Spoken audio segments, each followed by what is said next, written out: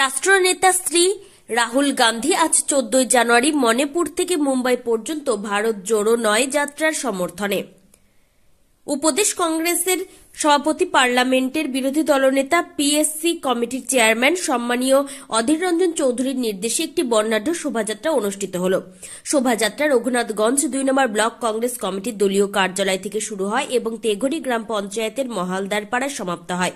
এই শোভাযাত্রা ছিল অত্যন্ত আকর্ষণীয়, সুসজ্জিত এবং চোখে পড়ার মতো। রাস্তার দুধারে অগণিত মানুষ শোভাযাত্রায় অংশগ্রহণকারী কংগ্রেসের নেতৃত্ব ও দলীয় কর্মীদের হাত নেড়ে উৎসাহিত করেন। এই শোভাযাত্রায় উপস্থিত ছিলেন রঘুনাথগঞ্জ 2 নম্বর ব্লক কংগ্রেস কমিটির সভাপতি আবুল কাশেম বিশ্বাস, সহসভাপতি মোখলেসুর রহমান, সাধারণ সম্পাদক পলাশ সাহা, নুরুল মাস্টার, প্রকাশ সাহা, মীর কাশেম, রেশমি উলিয়ারা, সাফিয়ারা, পলি, অঞ্চল কংগ্রেস সভাপতি জহির উদ্দিন মিয়া, তেনু মোড়ল, নাসির শেখ, ইব্রাহিম শেখ, সামায়ন আলী, এস এম বাইজিদ, ফিরোজ মোল্লা, সুলতান আহমেদ, নাজিবুল শেখ, রাজগার আলী, মেহেদি ডাক্তার এছাড়াও ব্লক ও অঞ্চল কংগ্রেসের নেতৃত্ব এবং গ্রাম পঞ্চায়েতের নির্বাচিত সদস্যবৃন্দ। জঙ্গিপুর থেকে তরিকুল শেখের রিপোর্ট, জঙ্গিপুর টিভি।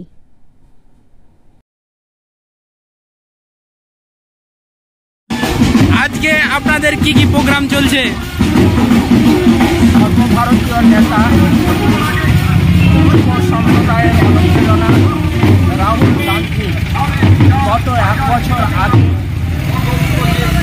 কন্যাকুমারী থেকে কাশ্মীর পর্যন্ত ভারত জোড়ো যাত্রা শুরু করেছিলেন।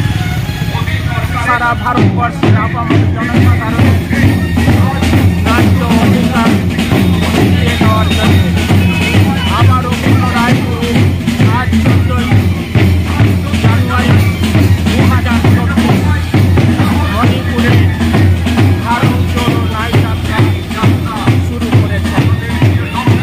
তাই আমাদের ভারতবর্ষের প্রতিটি গ্রামে গঞ্জে ভারতের রাষ্ট্রনেতা রাহুল গান্ধীর ভারত জোড়ো নয় যাত্রাকে সমর্থন করে পদযাত্রা শুরু হয়েছে।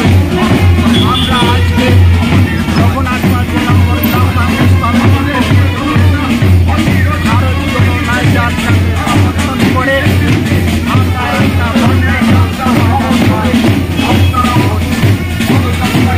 আমাদের ভারতবর্ষে বর্তমানে যে কেন্দ্রের সরকার আছে নরেন্দ্র মোদীর সরকার, সেই সরকার ভারতের জনগণকে ন্যায্য অধিকার থেকে বঞ্চিত করছে।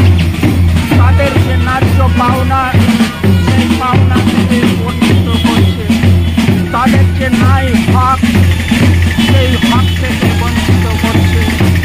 আমরা দেখছি যে ভারতবর্ষে নরেন্দ্র মোদীর সরকার মুখে বলছেন বেটি বাঁচাও বেটি পড়াও, কিন্তু আমরা বাস্তবে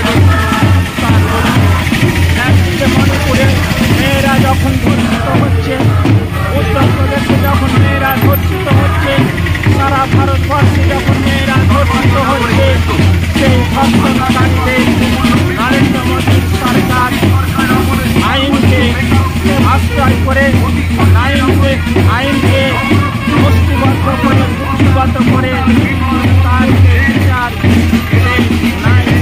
তাদেরকে দেওয়া হচ্ছে না, উপরন্তু ধর্ষকদেরই পুরস্কৃত করা হচ্ছে। তাই মহিলাদের, মেয়েদের ন্যায্য যে অধিকার, যে ন্যায় বিচার, সেটা ফিরিয়ে দেওয়ার জন্য রাহুল গান্ধীর এই ন্যায় যাত্রা। বিভিন্ন কর্মক্ষেত্রে যারা চাকরি করছেন, সেই সমস্ত কেন্দ্রগুলোকে বেসরকারীকরণ করে দিয়ে সেই সমস্ত কর্মচারীদের বহিষ্কার করা হচ্ছে, সাসপেন্ড করা হচ্ছে।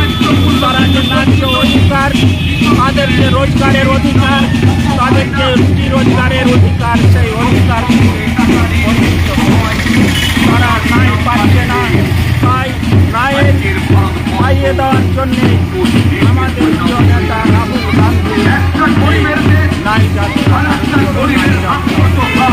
আমরা দেখছি রেলকে বেসরকারীকরণ করা হচ্ছে, এয়ারপোর্টকে বেসরকারীকরণ করা হচ্ছে,